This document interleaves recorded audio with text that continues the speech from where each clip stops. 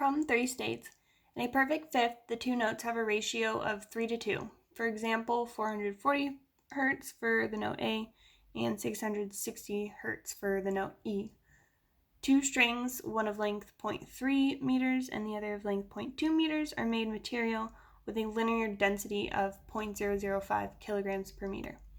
So for part A, they want to know what should the tension in the two strings be to give the fundamental or the first harmonic frequencies of exactly 440 Hertz for the note A and then 660 Hertz for the note E.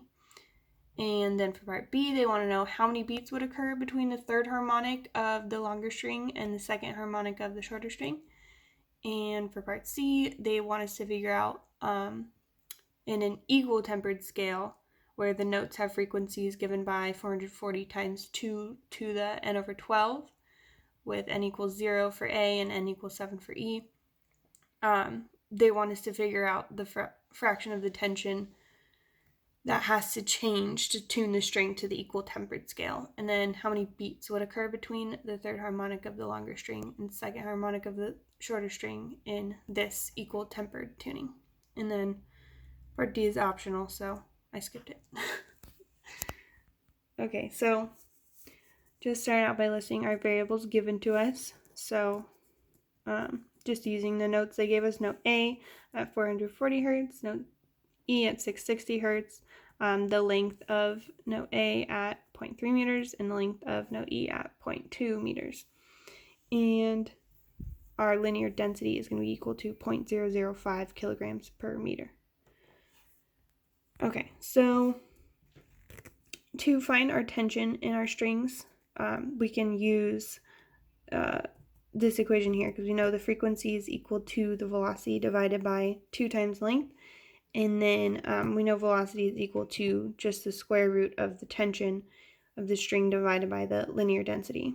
So we can just use this equation here and plug in the variables that they gave us, and then we end up with our tension in that string A needing to be equal to 348 newtons. And then doing the same calculation for string E, we get the same tension. So both the tensions need to be 348 newtons for the frequency of A to be 440 Hertz and E to be 660 Hertz. And then for part B, they want us to find the beats, number of beats between the third harmonic of the frequency of A and second harmonic of frequency E. So that third harmonic of A will be 1320 Hertz, and then the second harmonic will also be 1320 Hertz. So since they have the same frequency on the third harmonic of A and second harmonic of E, we know it's just going to be one beat right on that harmonic, right on that frequency. So we know the frequency of a beat is equal to just the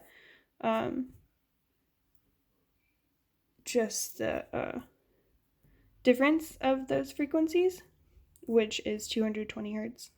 But yeah, for this one we just know it's one beat because there's no nothing in between. And then for part C, we can do we can just use the equation that they gave us. So it's that 440 times the 2 to the n over 12. And then so for A, if we recalculate that, it'll be 880 Hertz for the first harmonic, and then 659 Hertz for E for the first harmonic.